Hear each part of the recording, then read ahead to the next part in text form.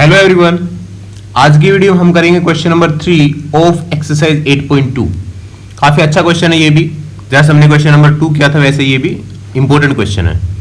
So question is ABCD is a rectangle and PQRS are the mid points of sides AB, BC, CD and DA respectively, then prove that the quadrilateral PQRS is a rhombus.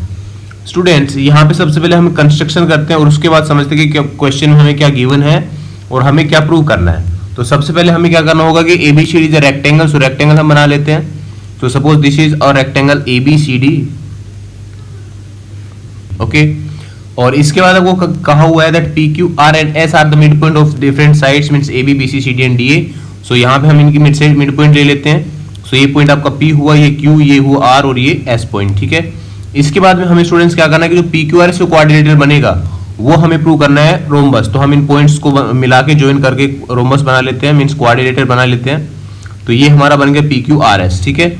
ये जो quadrilateral हमने obtain किया PQRS, ये हमें prove करना है कि ये रोम्बस होगा। और रोम्बस अगर हमें प्रूव करना है कोई भी क्वाड्रिलेटर, तो हमें प्रूव करना होगा that all the sides of that quadrilateral are equal, ठीक है। तो अब इसका प्रूफ हम कैसे करेंगे, देखिए स्टूडेंट्स, सबसे पहले हमें पता है कि ये जो एक्सरसाइज हमारी इसमें मिड पॉइंट बेस्ड है। सो इसके लिए हमें ट्रायंगल्स ऑब्टेन करने होंगे। ट्रायंगल्स ऑब्टेन करने के लिए हमने AC डायगोनल यहाँ पे मिला लिया। स्टूडेंट्स, अब आप यहाँ पे अगर ध्यान देंगे तो सारे क्वेश्चंस में आप ये सेम अप्रोच यूज कर रहे हैं कि जो अंदर मिड पॉइंट से ज्वाइन करके क्वाड्रिलेटर बना है उसको हम यहाँ पे पैरेललोग्राम प्रूव करते हैं। और वो कैसे प्रूव होता है? By joining A and C, means diagonal यहाँ पे ड्रॉ करके हम इसको PQRS को पैरेललोग्राम प्रूव करते हैं। और उसके बाद में हमें क्या प्रूव करना है उसके अकॉर्डिंग नेक्स्ट स्टेप पे हम जाते हैं। तो यहाँ पे भी हम वैसे ही करेंगे स्टूडेंट्स। देखिए रोम्बस अगर हमें प्रूव करना है तो इसको अगर हम पैरेललोग्राम प्रूव कर देंगे तो पैरेललोग्राम के अपोजिट साइड्स इक्वल हो जाएंगी, ठीक है। अपोजिट साइड्स इक्वल होने के बाद अगर हम इसकी एडजेसेंट साइड्स भी इक्वल प्रूव कर देंगे, मतलब SP और PQ इन दोनों साइड्स को भी अगर इक्वल प्रूव कर देंगे, then we can say all the four sides are equal, क्योंकि अपोजिट साइड्स तो ऑलरेडी इक्वल थी। तो ये इसके ऑलरेडी इक्वल होगी। अगर इन दोनों के भी इक्वल कर देंगे हम प्रूव SP और PQ को, तो SP RQ के इक्वल होगा। इट मींस कि चारों साइड एक दूसरे के इक्वल हो जाएंगी, ठीक है। सो ये रहेगा हमारा अप्रोच क्वेश्चन सोल्व करने का। सो जो फर्स्ट आपका रहेगा, फर्स्ट क्या रहने वाला है, PQRS को हमें पैरेललोग्राम प्रूव करना है।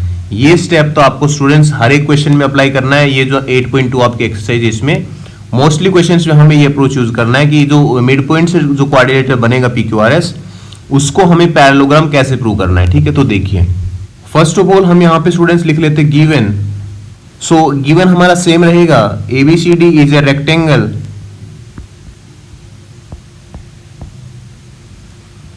And PQR and S are the mid points. ये स्टूडेंट्स आप खुद भी लिख सकते हो, mid points of sides AB, BC, CD and DA respectively, ठीक है।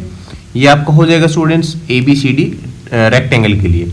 इसके बाद हम टू प्रूव में क्या लिखेंगे? टू प्रूव में हम लिखेंगे that PQRS is a rhombus. ये हमें प्रूव करना है स्टूडेंट्स, ठीक है। तो ये प्रूव करने के लिए सबसे पहले हमें क्या करना होगा, कंस्ट्रक्शन में मतलब AC को ज्वाइन करेंगे और उसको ज्वाइन करने के बाद हम वो दोनों ट्रायंगल्स ले लेंगे ABC और ADC। तो स्टूडेंट्स इसको हम पहले इरेज कर लेते हैं और ऊपर से स्टार्ट करेंगे ताकि हम डायग्राम के पास इस क्वेश्चन को सोल्व कर सकें। सो हमें क्या करना students, in triangle ABC PQ are the mid points. हम स्टूडेंट्स ये लिखेंगे जो हमें यहाँ पे अप्लाई करना है mid point theorem in triangles में। So mid points of sides AB and BC, so by using midpoint theorem we can say PQ is equals to half of AC and PQ is parallel to AC, ठीक है students. ये हम कोई भी triangle में अगर ये दिया हुआ होगा कि इन दोनों साइड्स का मिड पॉइंट होगा ये दो पॉइंट्स, तो ये जो लाइन सेगमेंट होगा PQ, this line segment will be half of this line segment means third side of the triangle and will be parallel to third side, ठीक है। ये हमारी मिड पॉइंट थ्योरम होते हैं, आपको पता है students. Similarly in triangle ADC S and R are the mid points. So यहाँ पे हम लिखेंगे स्टूडेंट्स सिमिलरली आपको दोनों ट्रायंगल्स में से प्रूव करने की जरूरत नहीं है, आप यहां पे लिख देंगे similarly in triangle ADC SR is equals to half of AC and SR is parallel to AC. Suppose this is our equation number 1 and this is our equation number 2. From here we can say PQ and SR are equal and PQ and SR are parallel. क्यों students? क्योंकि देखो half of जो AC है ये दोनों के equal है, इसका मतलब ये दोनों भी आपके लाइन सेगमेंट्स इक्वल होंगे. Similarly AC is parallel to both the line segments PQ and SR. So ये दोनों लाइन सेगमेंट भी इसके पैरेलल होंगे. तो ये हम यहाँ पे लिख लेते हैं that from 1 and 2 PQ is equals to SR and PQ is parallel to SR. ठीक है स्टूडेंट्स. और देखिए ये जो दोनों साइड्स रहेंगे PQ और SR, ये PQRS जो हमारे पास क्वाड्रिलेटरल है इसकी अपोजिट साइड्स है.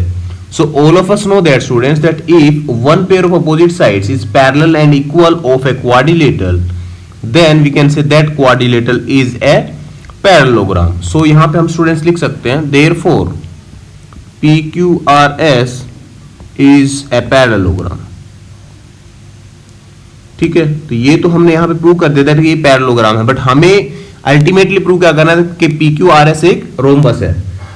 तो रोम्बस के लिए हमें चारों साइड इक्वल प्रूव करनी होगी. हमने अभी प्रूव किया कि ये एक पैरेललोग्राम है, मतलब अपोजिट साइड्स तो हमने इसके प्रूव कर दिए हैं. अब हमें करना है इसके एडजेसेंट साइड्स को प्रूव. तो एक बार जो ये हमारा रिजल्ट आया, ये रिजल्ट ये हम ऊपर लिख लेते हैं और बाकी को हम इरेज कर लेते हैं. जो हमारा रिजल्ट वो क्या है, PQRS इज ए पैरेललोग्राम. ठीक है, ये हमारा रिजल्ट है. अब स्टूडेंट्स देखिए हमें क्या करना है, नेक्स्ट स्टेप हमारा क्या रहेगा वो थोड़ा ध्यान देने वाला है हमें, क्योंकि SP और जो PQ है दोनों एडजेसेंट साइड्स जो हैं ये हमें यहाँ पे इक्वल प्रूव करना है. ठीक है, तो हमें इन दोनों ट्रायंगल्स को स्टूडेंट्स देखिए APS ट्रायंगल और BPQ ट्रायंगल, अगर इन दोनों ट्रायंगल्स को हम कॉन्ग्रुएंट प्रूव कर देंगे तो हम वो कह देंगे कि उनके जो कोरस्पोंडिंग साइड्स रहेंगी ये इक्वल हो जाएंगे. तो क्या हम इन दोनों ट्रायंगल्स को कॉन्ग्रुएंट प्रूव कर सकते हैं? देखिए कर सकते हैं बिल्कुल, क्योंकि ये एक रेक्टेंगल हमारे पास है तो इसके अपोजिट साइड्स मतलब DA is equals to BC. ठीक है, ये हम कह सकते हैं because ABCD is a rectangle. ये आप यहाँ पे रीजन भी लिख सकते हो स्टूडेंट्स. सो इतना इसके करने के बाद मैं बता रहा हूँ आपको ये करना है DA is equals to BC. Now we know that S and Q are the midpoints of both the sides means DA and BC. So अगर दोनों साइड को हम 2 से डिवाइड करेंगे स्टूडेंट्स तो हमारे पास क्या आएगा, यहाँ पर DA/2 को हम रिप्लेस कर सकते हैं स्टूडेंट्स SA और AS से, और BC/2 को हम किससे रिप्लेस कर सकते हैं, QB और BQ. ठीक है, तो अब देख लीजिए स्टूडेंट्स जो हमें ट्रायंगल्स ये करनी है प्रूव APS और PBQ. सो यहाँ पे हम लिख लेते हैं in triangle APS and triangle BPQ क्या क्या साइड इक्वल होगी स्टूडेंट्स. एक तो हमने ऊपर अभी प्रूव किया है that AS is equals to BQ. ठीक है, फर्स्ट प्रूव्ड, अब वो लिख सकते हैं. और नीचे यहाँ पे क्या आएगा students, AP is equals to BP. देखिए जो नीचे वाली साइड यहाँ पर है AB, this is the side of this rectangle and we know that P is the mid point of this side, it means AP is equals to PB. ठीक है, एक और स्टूडेंट्स आप देख सकते हो as this is a rectangle so all angles are equals to 90 degree. So students जो angle SAP रहेगा आपका SAP is equals to QBP. ठीक है, इज इक्वल्स टू 90 डिग्री.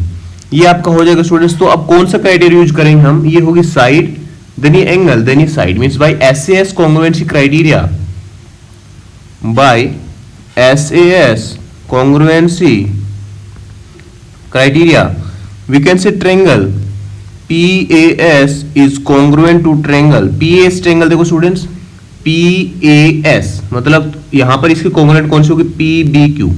ठीक है, कोरस्पोंडिंग साइड और कोरस्पोंडिंग एंगल यहां पे हम अच्छे से लिखेंगे देख के. So PAS is congruent to triangle PBQ. अब यहां से जो हमें साइड प्रूव करने स्टूडेंट्स इक्वल, वो हम इजीली कर सकते हैं. देखो PS is equal to PQ हमें प्रूव करना है. So from here we can say by CPCT PS is equals to PQ. क्योंकि हमें ये साइड चाहिए स्टूडेंट्स PS, तो हम यहां से PS साइड ले लेंगे, PS is equals to PQ. और ये इक्वेशन हमारी मान लेते हैं हम नंबर 3, फर्स्ट और सेकंड हमने ऊपर मान लिया था. So PS is equals to PQ. अब यहां पे आप क्वेश्चन पे देखेंगे तो देखिए PQ और PS इक्वल है और हमने अभी प्रूव किया कि एक पैरेललोग्राम, तो PQ is equals to SR. मतलब देखिए ये साइड इसके इक्वल होगी और ये साइड मैंने अभी प्रूव किया है, और SP और RQ ऑलरेडी इक्वल था क्योंकि एक पैरेललोग्राम है, तो चारों साइड आपकी इक्वल हो जाएंगे स्टूडेंट्स। और अगर चारों साइड इक्वल हुई then we can say this PQRS quadrilateral is a rhombus, और यही हमें प्रूव करना था। तो यहां पे स्टूडेंट्स लास्ट में हम यहां लिख सकते हैं and PQRS is a parallelogram, so PQ is equals to RS. PQ is equals to RS, opposite sides, okay? And PS is equals to QR. PS is equals to QR. Students ये जो तीनों equation हमारे पास आई हैं, इन तीनों equation से हम कह सकते हैं ये क्वेश्चन नंबर 4, ये क्वेश्चन नंबर 5, लास्ट में हम कहेंगे from 3, 4 and 5 we can say PQ is equals to QR is equals to RS is equals to SP.